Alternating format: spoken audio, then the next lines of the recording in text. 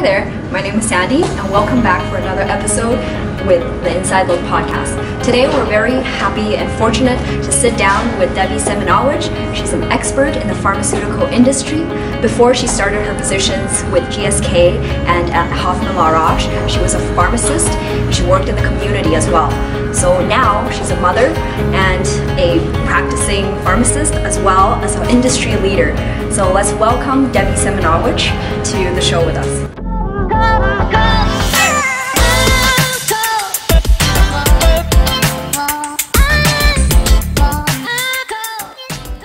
Hi everyone, my name is Sandy, and today I'm sitting down with Debbie Seminowich, and she has had the opportunity to work with various different industry positions and at large companies such as GSK and with Hoffman Laroche. So we're very honored today to be able to sit down with her. She has a wealth of experience in her field. So thank you so much for being on the show. Yeah, thank you so much, Sandy. It's a real honor to have been invited to present a little bit about my background after I took my pharmacy training here at the U of A and what I've done in my career since. So I've been very, very fortunate to be able to share and also to really have experienced a really fulfilling career so far. So thank you so much.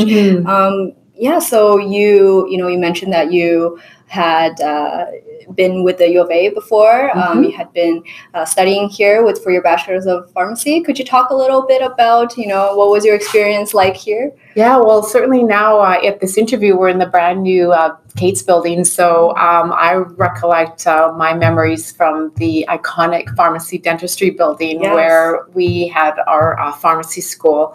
And I think, everybody would remember throwing their graduation cap on the stairwell of that building. So that building really is so memorable for me. It's where all of us took our classes together. It's where we spent 4 years together and had a lot of collegiality.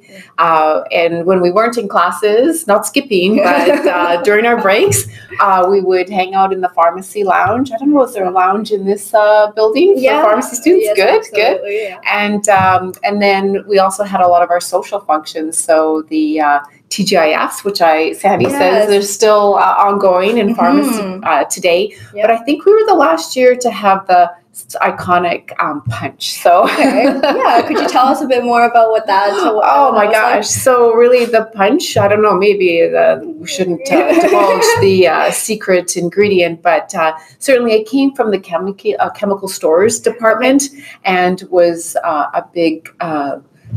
Chemical grade gallon jug, which of course we had our secret recipe we then made punch and other individuals came and we would sell the punch and it would become quite a fundraiser for our blue and gold ball and our graduation year, etc. So exciting. And I still keep in touch with a few of my colleagues, but a lot of us have done a lot of different things since our graduation back in 1991. So so you've come a long way since those days, and even looking at the building now, it's very different from what you've experienced at the dentistry pharmacy building, which is gorgeous. It's gorgeous architecture, and absolutely. It's amazing to see how far the faculty has come as well. So share with me a little bit, were you a good student? Were you? Oh, yeah, I was a pretty good student. Maybe I was best in my first years. And then, I got a little bit more involved working. So I also had a part-time job in a pharmacy, working evenings as well as weekends. And then last year I was on the student council as a social convener. So that maybe my marks weren't as stellar the last year, but nonetheless, I was able to graduate. Being really involved, I think also, helped you kind of grow on those softer skills that, we might not have a chance to practice in class and whatnot. So it's great that, you've shown really good leadership at an early age. So thank you for sharing that. So I guess moving on towards, before you graduated, did you know that you wanted to be in kind of the roles that you had later on in life?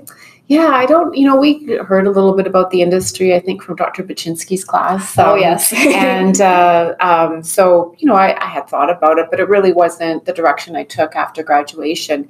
So when I graduated, I took a job in community. So I practiced as a community pharmacist for about 5 years. And at the same time, I also wanted to kind of give back. And so the pharmacist that I worked with, it was at Pleasant View Pharmacy. We were all TAs. Oh, wow. So I was a teaching assistant for the pharmacy practice labs under Sheila Kelcher and then Stephanie Adamic, some names that kind of were, I think, leaders in our field in terms of pharmacy practice. And I continued that for a number of years while I was working in community. And then I also did that after I transitioned into industry. So I think it was about 5 years after practicing in community that I then joined the pharmaceutical industry. And, I had experience with industry just from the reps that used to call on me. Okay. And I used to find them to be quite helpful in terms of sharing with me, the newest guidelines or giving me an education session about the latest drug advances. And then I also found that they could have quite an impact on physician prescribing. And a lot of times it was quite positive because sometimes, you want to make sure that the optimal dose was being used. So you could kind of use them as a liaison to ensure that, there was good practice taking place. So that kind of got me thinking of, well, maybe I could have that kind of an influence on practice or be able to help patients that way. So I started looking at industry jobs. And so when I first started, I was calling on the GPs, so the family physicians, and it was a really good background to have, and I would recommend anybody to start sort of in that way because you learn sort of their foundational skills. And then after that, I moved into a specialty rep position, so I was calling on the specialists, and I really was fortunate because I had a lot of different therapeutic areas over my years that I've been able to interact with. And then those were sort of all opportunities on the commercial side of the industry. And then probably about 7 years ago, I transitioned over to the medical affairs side of the organization and have been a medical science liaison ever since. Excellent. Yeah, very rich, experiences you've had. Lots from, your clinical aspects of you working in a pharmacy setting and then, seeing it from a different perspective at a higher level, perhaps some would say, from an industry perspective. So that's really neat. And I think, we need, kind of the both sides to the story to really make an impact on our patients' lives and their care. So could you share a little bit more about maybe for our audience who might not be familiar in this area, how, the structure of, the industry looks like? You mentioned there's like different departments such as the medical affairs, and then we also have another area of more maybe therapeutically focused. So industry, and it can range from company to company, but there's sort of 3 areas within industry. Well, there's a lot more than that. And it depends whether you stay in Canada or maybe you decide to go global or international to the States or Europe. But generally, there's a commercial division, which includes the sales reps, product management. There's also a lot of government affairs and corporate relations that sort of align on a commercial front from the commercial organization. And then there's a medical affairs division, which would be where there'd be medical managers, there would be medical science liaisons in the field. You would also have under medical affairs like drug safety, drug information. You could also have regulatory. It can sometimes be in one or the other, which helps to kind of facilitate getting market approvals. So from Health Canada. And I'm sure I'm missing out on a lot of the functions, but then you also have clinical development. And so that's sort of helping to support like phase 1 through phase 4 studies. And they kind of do the registration trials for the organization to get drugs to market. So there's a lot of interaction between those 3, I would say, overarching areas, but a lot of cross-function in between all of the different buckets. Excellent. And obviously with your previous positions, you had a lot of chance to interact with, different physicians and nurses and, other leaders within healthcare. So what was that experience for you like? So calling on, I think you have to tailor the needs of each of those particular individuals. I think the focus that you have, regardless if you're calling on a physician or a nurse or a pharmacist, is really the patient. So the patient is always the center, and you need to be very patient-centric. And so I think one of the things that is really nice when you have the diversity of individuals to call on is that you see the different view of the patient journey from the different healthcare professionals. And so I think you use different tools, you have a different approach, you share information differently, but you actually have to make sure that you are incorporating all of those stakeholders to optimize the care of a patient and the utilization of your molecule or your product that you are representing to make sure it's used in the safest and most effective way.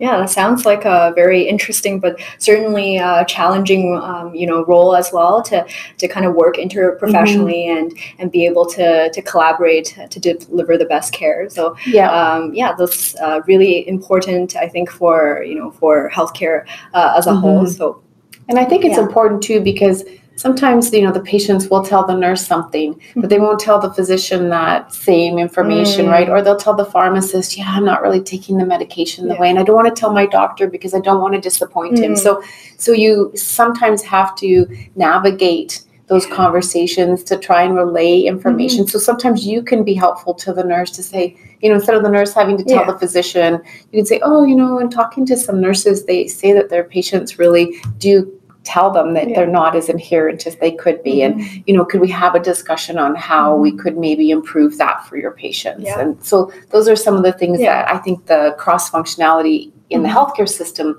can bring value to making sure patients are managed correctly. Yeah, absolutely. Making sure that they don't fall through the cracks and really bridging that care that, we're talking about. Excellent. So, when you first, entered your into this journey or in this path to the industry aside, what were some of the, challenges, or what are some things that were a little different from, just working from a community pharmacy perspective? Yeah, I think, first of all, you had like a profession. You were in a professional organization, you were part of the college, and so you had somewhat of a title. And so I think at the beginning it was, okay, well, how am I, what does that feel like to not necessarily have that title anymore? And can I still feel like I can be part of the healthcare system? So I kind of approached it as best as I could to say, well, I'm going to just make sure that I'm always putting the patient first.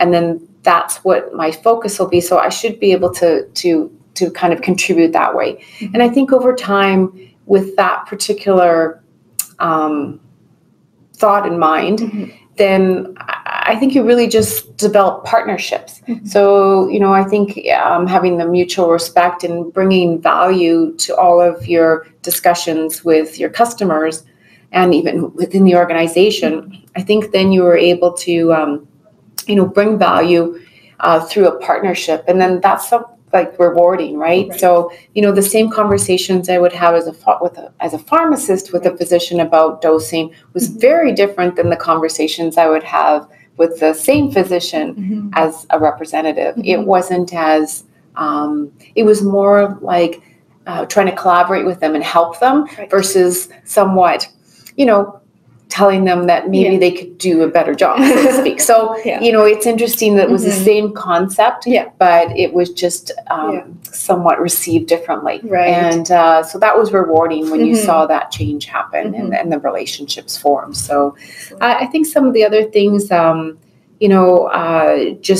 it's just different. You don't have a 9-to-5 job. Let's say you work different hours, you work weekends, you're traveling a lot. So just the concept of traveling and just, I think there's a lot of things I learned as a pharmacist that I did transition into the industry. But I think, one of the things that was really nice about industry is so many education opportunities in terms of development, personal as well as, your work development with a lot of courses that they offer.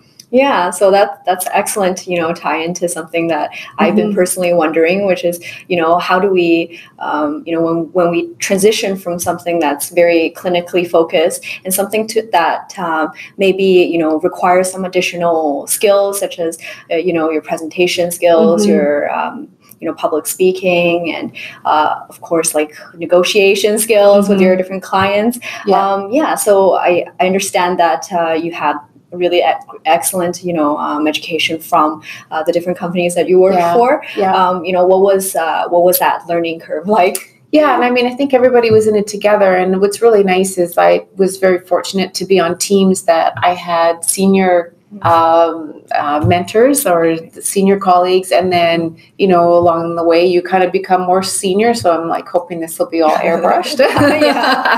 I'm one of the more senior colleagues now in industry, but then you had new people that brought new ideas as well too. And I think one of the things that industry is really good at is they have an entire training department, and the training department isn't necessarily just all about the molecules and the drugs and the therapeutic disease training, but it's also about, I guess you could say, selling skills, but a lot of them are really more communication skills. So, there's a lot of different things along the way that I've learned about, Myers-Briggs are often used as in the industry, so that you can have collaborative conversations and really be able to tailor your discussions with individuals, and both internal colleagues as well as external customers. Absolutely.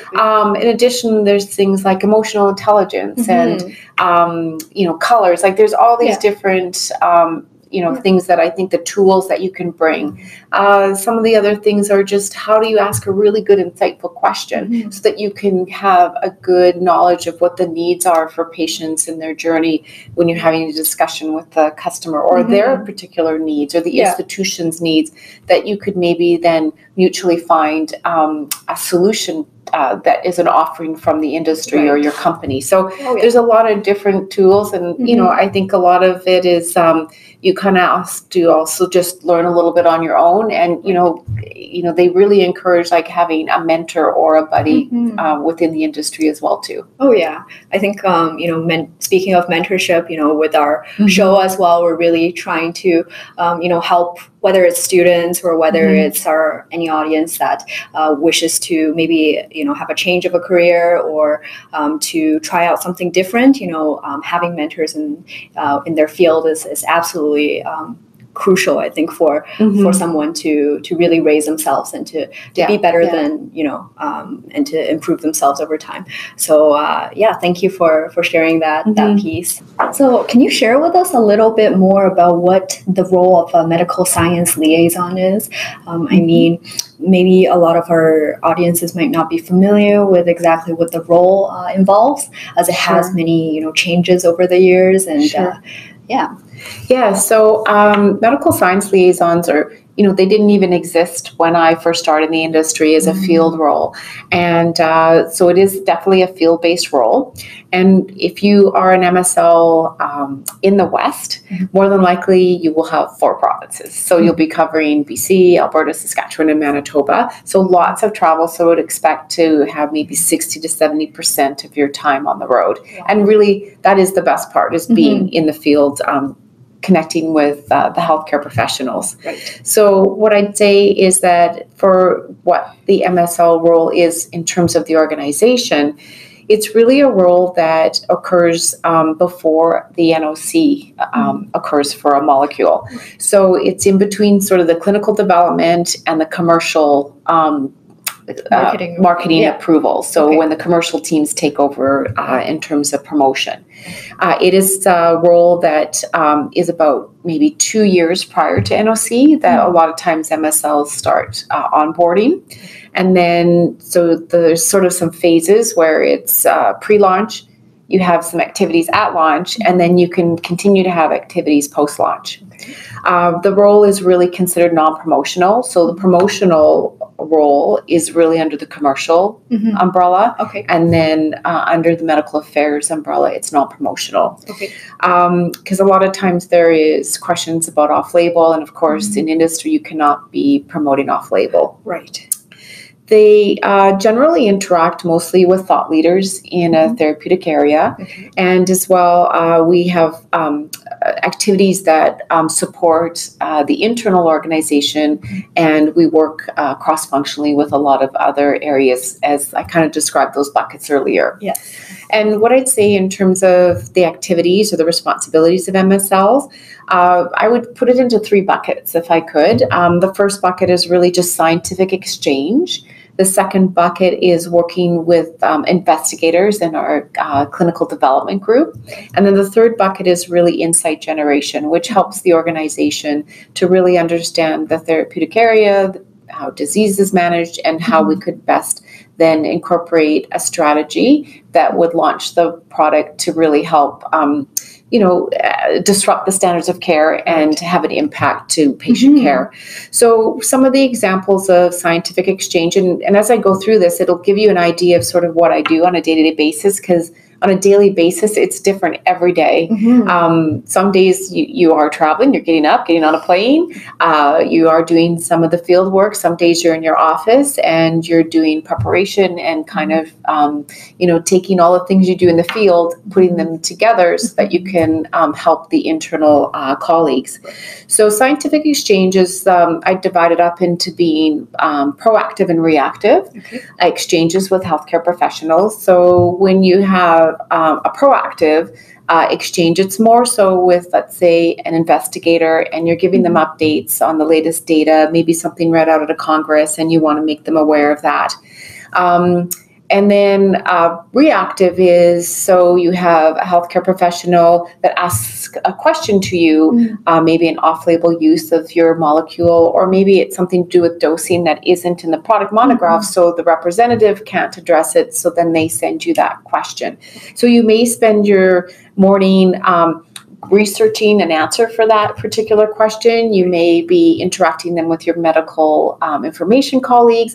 You might have to talk to a medical manager. You may actually have to call another healthcare professional to try and get an answer for that, and maybe connect 2 people together. So that can be, better of a morning. Yeah.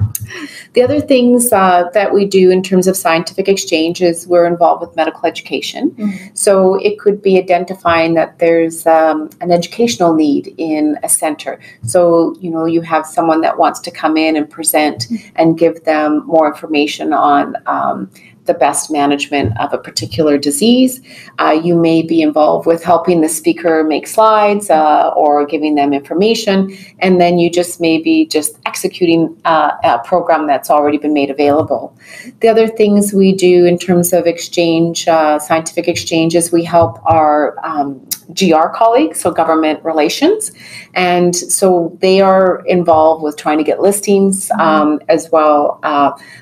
Sometimes it's formularies. So we could be asked to present the scientific rationale for the molecule, also presenting information on the clinical studies and the impact to the patient and to practice. So we could be part of a payer meeting, so to speak. And then for our public relations colleagues, we may also be sometimes asked to present or identify a thought leader that can help with patient advocacy.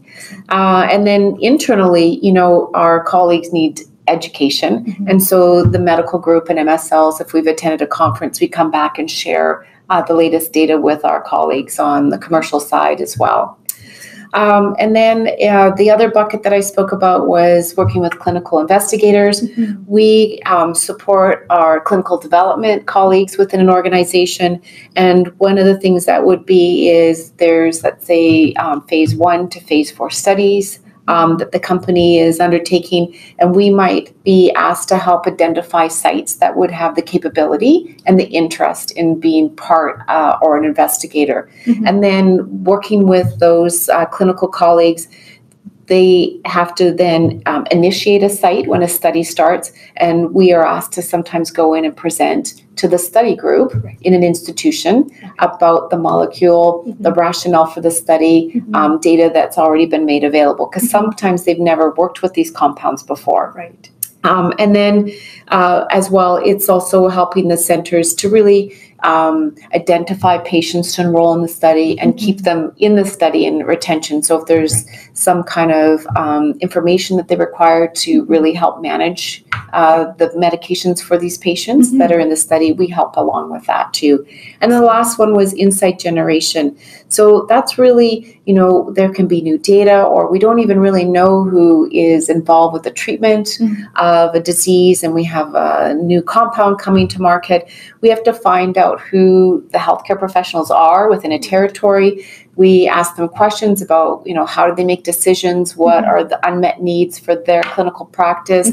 What are the current standards of care? What's really needed for the patient and helping them through their journey when we're having these patients treated in their practice? So we ask those kinds of questions. Sometimes we get a new publication or a data set that's released at a congress. We want to find out, what's impact will this new information have to you when you're treating patients? And so we get that type of insights generated, and then we share them back with our colleagues internally so that we can best, maybe, we were going to do a medical education program with them, but we don't have the right focus. We're not meeting the needs. So that kind of insight helps the medical strategy. And so we can execute better and deliver better to our customers on really meeting their needs with these new medications. Excellent. Wow, that's many so different... any of that can happen in a day, and it's never the same every day. No, that sounds, a lot of different hats that you have to wear all at once. And, sometimes juggling them and, trying to really, form those relationships with different parties, like you kind of mentioned. So I guess in speaking to an industry role, I've heard a lot about the high rates of burnout, and there's a very much a pressure to perform and to deliver value to your patients and your stakeholders. So how are you managing those different managing those different roles that you have to play? I think every job has stress, and I think you have to just be really agile and be open to change. And I think one of the things that's really important is to do regular check-ins. First of all, with your customers, as well as members of your team within the organization. And one of the things that I try to implement as much as possible is I try to ask, at least my customers, so to be able to continue your relationships and have strong relationships, you have to bring value and you have to ask what they need from you. So you need to say, okay, well, what does a good MSL offer you? Can we make sure that, we do check-ins and that I'm offering you what you really need to have a mutually beneficial relationship? And so one of the things I like to do when I go into my calls with thought leaders is really, it's this thing called the 3 Ps. And it's one of the things that, I was trained on. We talked about some of the things that are quite valuable to you when you are in the industry. So the 3 Ps were really the person. So that's the first P. So when you go into your discussion, you really want to acknowledge, maybe what you spoke about last time. Were there any follow-ups? Were the things that I need to provide to you that were part of our discussion from last time? The second P is permission. So it's, okay, how much time do we have today? Because I know we booked 30 minutes, but I could see the waiting room has a ton of people. So how much time can you spare today? Sometimes it ends up being only 20 minutes. Sometimes, no, I have actually an hour for you today. So that permission to ask how much time. And I always like to ask, is it all right if I ask you a few questions? These questions I'm asking are so that I can get the insights and things that are going to bring value to our next discussion, or so that we can bring you the best proposition for our medications moving forward. And then the last P is really purpose. So I always like to ensure that the physician or the nurse or pharmacist know what the agenda is for our call that we're going to have today and what the purpose is. And so that, if they have anything that they want to discuss, it's also on the agenda and the table so that it's mutually beneficial. So that's something that you can also take, I think, to your internal discussions. But that's sort of, I think, when I follow that format and kind of pre-call my planning and do the planning before the calls, I really find that I think has added a lot of success. And so when you have that kind of relationship, you're not fighting for that appointment, and that's when stress comes, is when you can't see someone. And I think the other thing is the industry is very good about a lot of benefits, and we have great benefits in terms of fitness subsidies. We have things like, massage and allied health benefits. So you need to take advantage of those things. And it is really hard as an MSL when your hours are all over the place and you have 4 provinces to cover and you're trying to travel and you can't get the flights to work and this and the next thing. So at the airports, there's a lot of massage stations, which I was taking advantage of. And I think the last thing is that, when you have a vacation time, you need to take your vacation time. So it's no emails and no cell phone interruptions. So you really need to unplug. And I think, I don't know that the stresses that this role has is much different and how you have to cope than any other occupation as well. So. Fair enough. Yeah. So it seems like, getting a lot of support from the industry and I guess being open and honest to the relationships that you form with your clients as well has helped you kind of overcome. I think it's setting expectations, right? About, what's the realistic goal for, what you can do in a year's time or in 6 months' time, both with your internal and external colleagues. Like what's realistic and again, understanding the expectation and being able to be really transparent around that. Yeah. No, I think that's excellent, advice and life advice for our audience sometimes as well. I talk and I need to walk it myself, but certainly, definitely. Yeah, it's something I think is always a work in progress. Absolutely, definitely. Yeah, it's great to hear, that, those are things that the industry is able to support you with as well. So you covered this a little bit indirectly through some of the other answers that you provided. You definitely need to be very agile and to be able to be on your toes almost throughout the entire day and be able to present well and be able to create very strong relationships with your stakeholders. So in your opinion, what are some of the other, traits that has allowed you and perhaps, anyone else who would like to go into this industry be successful in their role? Yeah, I think that's a great question. And I think every person I think one of the things the industry is really strong about is diversity. So, there's diversity sort of at a higher level things, but I think it's really important to be proud that you may bring diversity, that you are of a different mindset, that you do bring a different opinion. And I think that if you really understanding what your values are, you have to stay true to your values, and your values should really match a bit of the role as much as possible.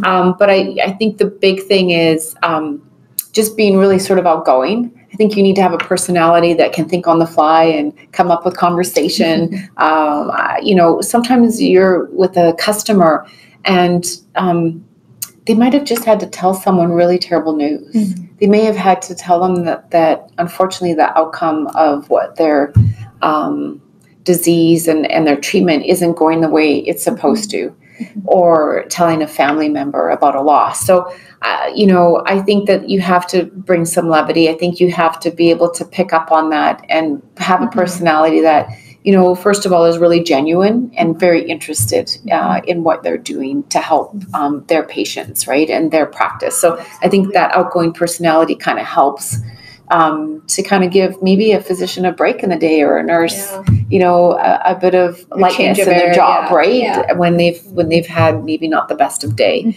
And I think really just being an advocate for patient care, and really you're an advocate. So if you're representing a treatment, you have to advocate for that treatment, knowing that it's going to provide optimal care for a patient. It's being able to want to disrupt standards of care, because that's what you're really doing. You're creating brand new standards of care for healthcare. And so to be really proud of that and to embrace that. And also you need to work independently. So when I'm on the road, 60-70% of the time, I'm probably by myself. But a lot of my activities are really cross-functional with an internal group. So you need to be able to work independently as well as adapt to working in a team environment.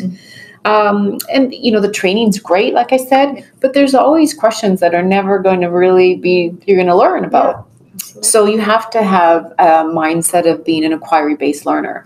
So you need to be curious. So you have a question from a customer, or maybe it's your commercial colleague and you don't know the answer. you need to be able to find a way to research it. You may have to go out and ask an opinion leader or someone within the organization. So you have to have that inquiry-based learner aptitude.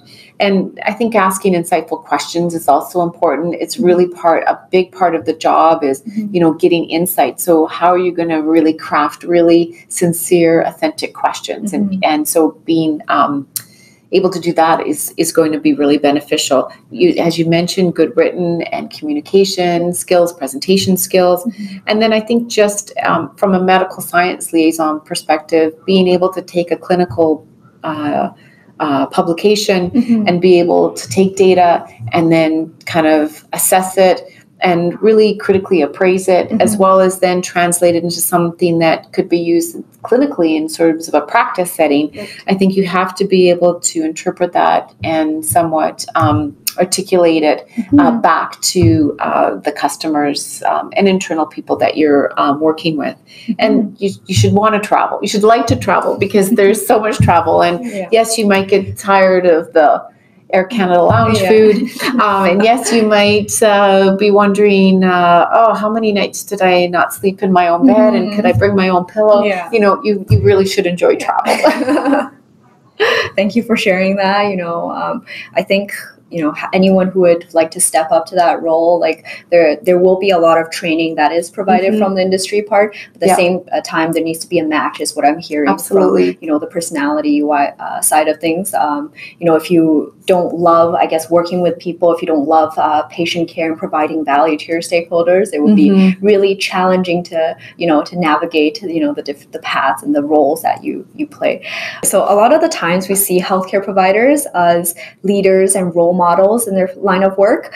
Unfortunately, we don't hear a lot of stories about, times where maybe we've struggled in our early careers or even mid-careers. So, could you share with us a little bit about, some of those obstacles or challenges you might have faced in your career so far? Sure, that's a really good question because it's, I think, where you actually become stronger, and it really challenges you to actually go to a better place, to a different place, to challenge the norms. So, one thing I would say in pharma for sure is that the one thing constant is change. And so having to transition within your role is definitely going to occur for most people. And, it's a time where you are in a therapeutic area, the customers, you have that really well-oiled internal team working. You often know the therapeutic area really well, and you're just comfort, right? You're in the comfort zone, and it's a good place to be. And then all of a sudden, they're changing. They're going to restructure, and now you're moved to a different therapeutic area. So you actually have that sense of uncertainty. You're not familiar. You have to start building these relationships all over again, maybe with new stakeholders. You have a brand new therapeutic area. You have to be retrained. I have to bring my inquiry-based learning back out of the shelf there. And your internal team may change, right? So you have to be really agile. But the one thing that kind of takes you from one area to the next area to the next area are your transferable skills. So there's things that aren't going to be taken from you that you then have to, they're your strengths. And you take those and you move into the new area. And then you start kind of understanding the new area, and you realize, wow, you know what I learned in my old area actually applies to this area. And maybe there's some stakeholders in my previous therapeutic area that would really be beneficial to my new stakeholders. So you start to build sort of some collaboration between the areas. And I've done that in the past, and that's actually a really exciting thing to do. And then I think some of the things are just really trying to balance personal challenges that occur as you go through your career. And, one comes to mind, and I think you've heard it throughout the podcast, that really, the focus is patients. And, I've probably focused on other people's dads and making sure that they got treatments, but now it was my own dad that needed treatment. So he had been diagnosed with cancer a few years ago. And, fortunately for me, I was able to understand the cancer, and I had been dealing with individuals in therapeutic areas that I kind of knew that, well, maybe there were some resources I could have available, or I could tell my dad, like, well, we should, really make sure you have a good nurse and make sure the pharmacist and all these things, were at, oh, now I'm blobbing. Oh, no, that's okay. So they can we'll cancel piece it together. Yeah, so I'll start with the dad. I'll start with my dad. Okay. So, I think that's sort of on the work aspect of struggle and challenges.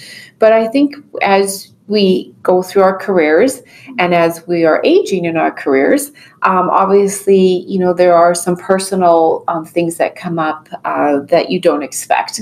And I spent many times, really helping other people's dads and, putting them at the focus of my discussions. But now this is my own dad that we had a challenge. So he had been sorry. No, and it's okay. not that I'm emotional. It's just I'm like fumbling my words. Okay, that's one more. Okay, so I think throughout my career, obviously, I've had a lot of time helping other people's dads, and so now what took place for me was a challenge with my own dad. So my father had been diagnosed with cancer a few years ago, so I had to take a step back and say, okay, I have to kind of put helping other people's dads on hold a little bit here, and I need to focus on my own dad. And so I was really fortunate that, the company was really understanding, but what they had wanted me to do was actually go and work a conference. They needed support to help with getting information from this Congress so I could share it back. And so we kind of made a good compromise in that I would do it online, and that I was still able to then take the learnings and give them back to the organization, but allowed me to stay at home. It gave me time to be with my dad when he was having his treatment. And so I think it was really important to feel supported by the organization. And I think the other thing, but being in this industry, it really gave me an awareness of all the different resources that could be made available to my dad to help him through his care. And I'm really pleased to say, like, he's doing really well. I spoke with him this morning, and so again, a really good outcome. And, I was able to then kind of meet the challenges and, go forward from there and have my dad still being a really special part of my life. Excellent. I'm really glad to hear that, Debbie. Thank you for sharing a very personal story. Sometimes when we're so immersed in our work, it can be difficult to separate ourselves and draw the line between where family should be and where work should lie. Absolutely. So I think that's really important piece, and you've definitely shared with us so much life wisdom advice for our listeners today. My pleasure. And I wanted to, if you could maybe give one piece of advice to our audience, what would that advice be? Yeah, and I think it's really what's guided my career since I decided to go into pharmacy is really to make a difference for the health of people. And I think if you keep that true to your goal and you're genuine about it, that you will succeed and you will make a difference. Excellent. Thank you so much, Debbie. We're so honored that she was able to sit down with us today. She shared with us a lot of different personal stories, and we've learned so much. So thank you for listening to the Inside Look podcast. Next week, we'll have more episodes, and stay tuned. And thank you, Sandy. It's been a pleasure, and it's really just an honor to come and share a little bit about my practice as a pharmacist. I still have my license, and what I've been able to do to really continue to be part of the healthcare system. Excellent. Thank you. Thanks for tuning in. Now, if you like what you see, please subscribe, give us a like or comment in the links below. We're excited to share with you this episode and much more in the future.